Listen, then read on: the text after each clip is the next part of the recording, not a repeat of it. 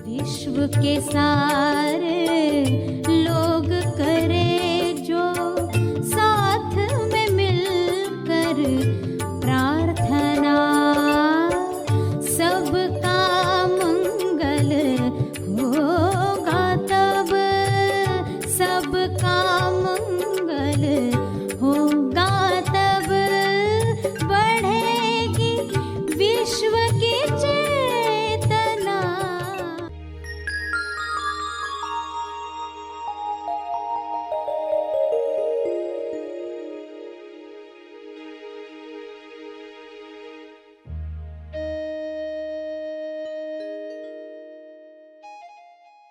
उद्देश्य जो दिखता है खेल में जीतना, वो नहीं है। उद्देश्य है ट्रांसफॉर्मेशन, रूपांतरण। जो खेल रहे हैं, जो मोहरे चल रहे हैं, उनके अंदर हो रूपांतरण। सभी को शुभेच्छा। हैप्पी थॉट्स तेज ज्ञान फाउंडेशन द्वारा आयोजित ध्यान प्रार्थना बीज बोने के लिए आप सबका स्वागत करते हैं। रोज हम सब मिलकर प्रार्थना करते हैं ताकि हम खुद भी स्वस्थ रह पाएं और जो बीमार हैं उन्हें भी हम अपनी प्रार्थना का बल पहुंचा पाएं।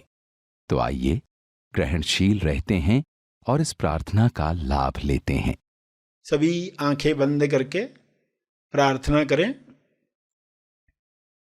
सभी के मंगल के लिए, सभी गलत मान्यताओं को तोड़ने के लिए, सभी कुप्रथाओं को समाप्त करने के लिए आप ईश्वर से प्रार्थना करेंगे कि यह जागृति सभी को मिले।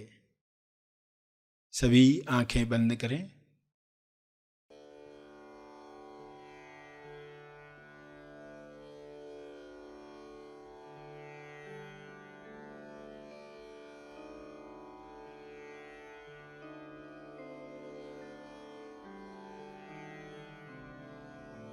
हे परमात्मा, पूरे विश्व पर ऐसा शुभ्र प्रकाश प्रकाशित करो जिससे लोगों के अंदर लालच समाप्त हो जाए। लालच की वजह से जो भी कुप्रथाएं आज भी चल रही हैं, वे समाप्त हो जाएं।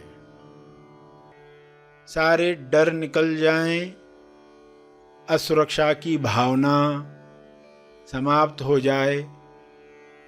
हर जीव, हर मनुष्य आत्मनिर्भर बने और उसके अंदर विवेक जागृत हो। शुभ्र प्रकाश की कृपा विवेक बुद्धि को जागृत करे, लोग स्वयं देख पाएं। क्या सोच हमें कुंठित करती है, सिकोड़ लेती है, तनाव से भर देती है, उस सोच को समाप्त कर दिया जाए। हर एक इस जागृति में नहाए कि किसी पर अत्याचार करने की आवश्यकता नहीं है। आपको जो चाहिए वह ईश्वर देने को स्वयं तैयार है। केवल तालमेल बिठाना है, अलाइनमेंट बढ़ानी है।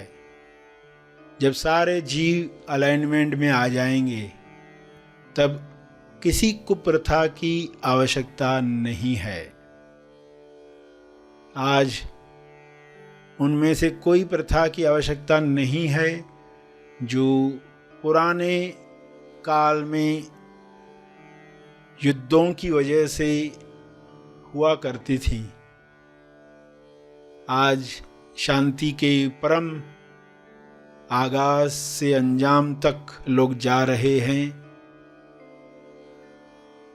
ऐसी शुरुआत, ऐसा अंत जहाँ पर चारों ओर शांति का साम्राज्य है। इस शांति में सभी लोग पवित्र हो रहे हैं, होली अनुभव कर रहे हैं।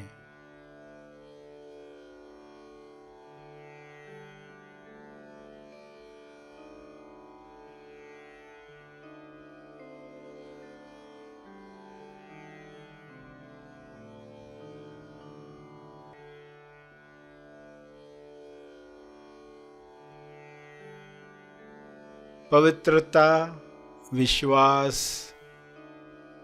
प्रेम, आनंद की तरंगें सभी महसूस करें और इन तरंगों को शुभ्र प्रकाश के रूप में चारों तरफ फैलने दें।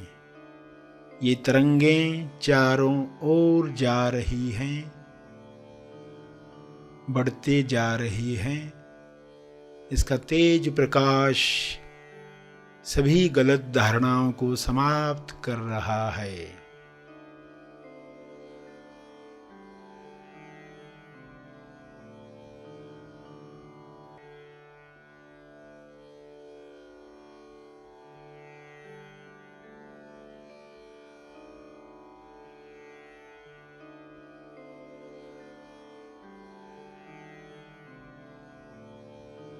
मैं करता हूँ, मैं पुरुष हूँ, मैं स्त्री हूँ, मैं इस भाषा का हूँ इसलिए श्रेष्ठ हूँ, इस जाति का हूँ इसलिए श्रेष्ठ हूँ।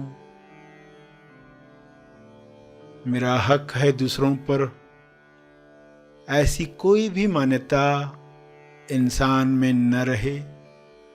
सभी परम आनंद को महसूस करें, परम मौन को अंदर महसूस करें।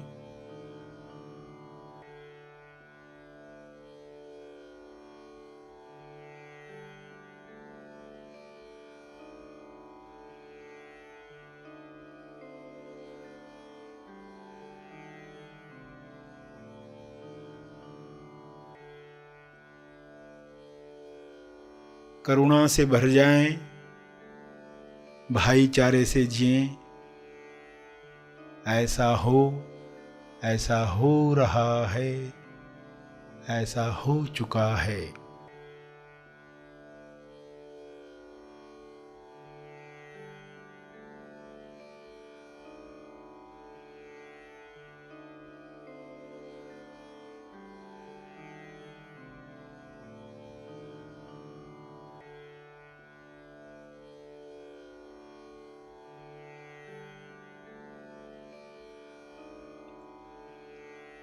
इन शब्दों को अपने शब्दों में समझ के साथ दोहराएं।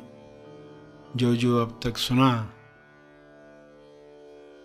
अपने भाव डालते हुए हाथ जोड़कर या हाथ उठाकर जिस भी मुद्रा में आपको भाव जगते हैं, उन भाव में यह प्रार्थना करते रहें।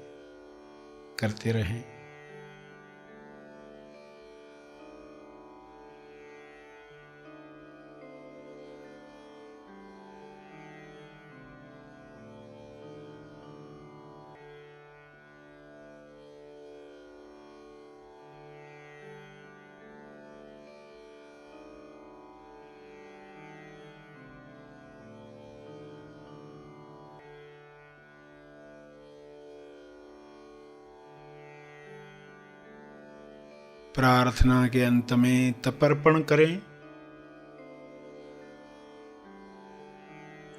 अपने तप का बल लोक कल्याण के लिए अर्पित करें।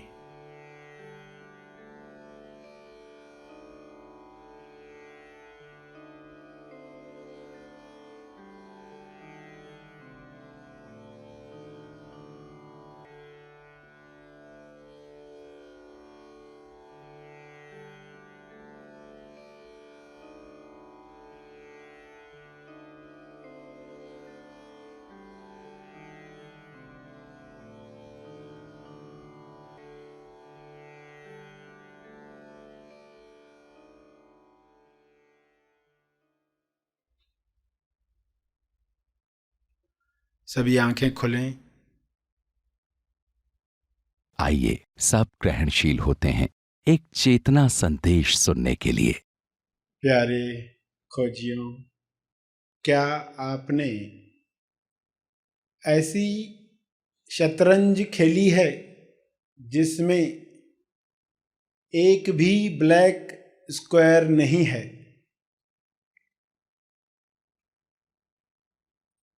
कितने लोग शतरंज का खेल जानते हैं? वे हाथ ऊपर करें। अधिकांश सभी। क्या ऐसा खेल किया है जिसमें शतरंज पर एक भी ब्लैक स्क्वायर नहीं है? तो आज आप जिस खेल के बारे में जानने वाले हो उसके बारे में कुछ ऐसी बातें जहां वाइट तो वाइट है ही, ब्लैक भी वाइट है।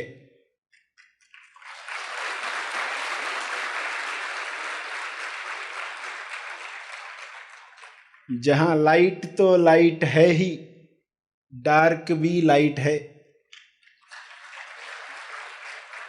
हेवी भी लाइट है।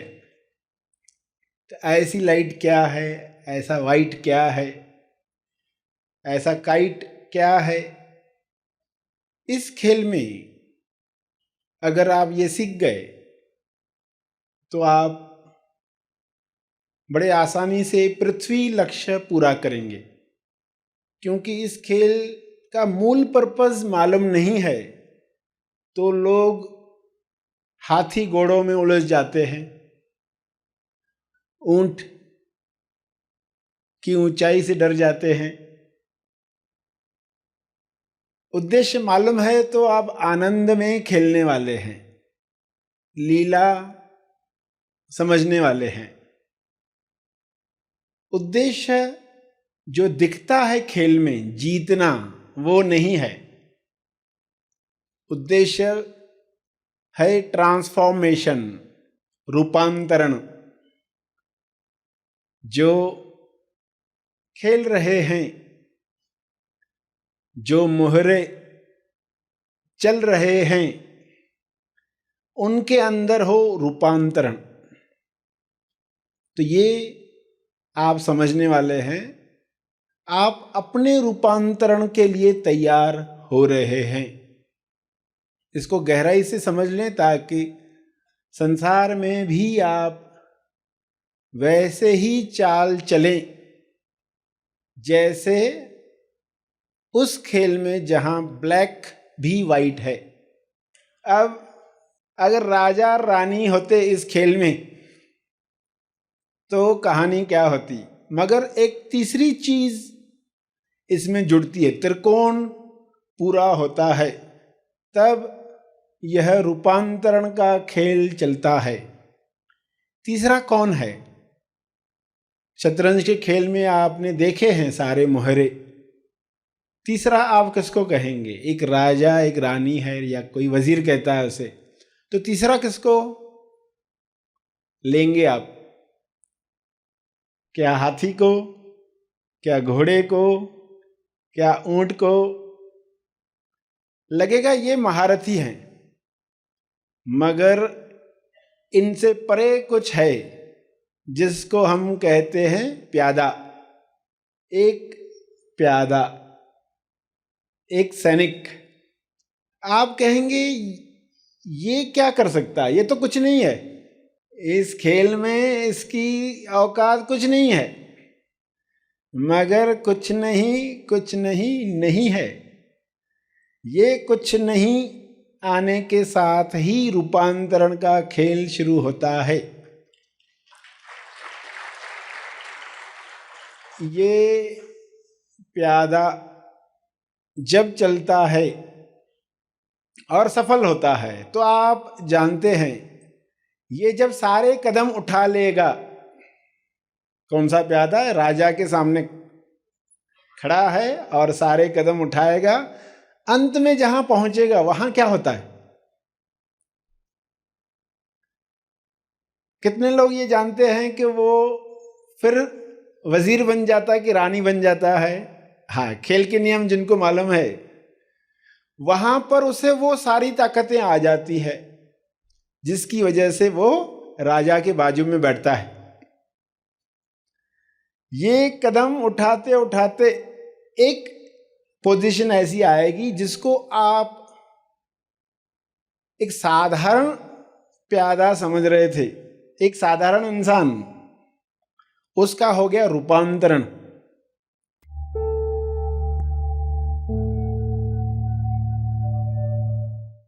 प्रार्थना और मार्गदर्शन का सभी ने लाभ लिया। आइए यहीं पर समाप्त करते हैं, कल फिर मिलेंगे।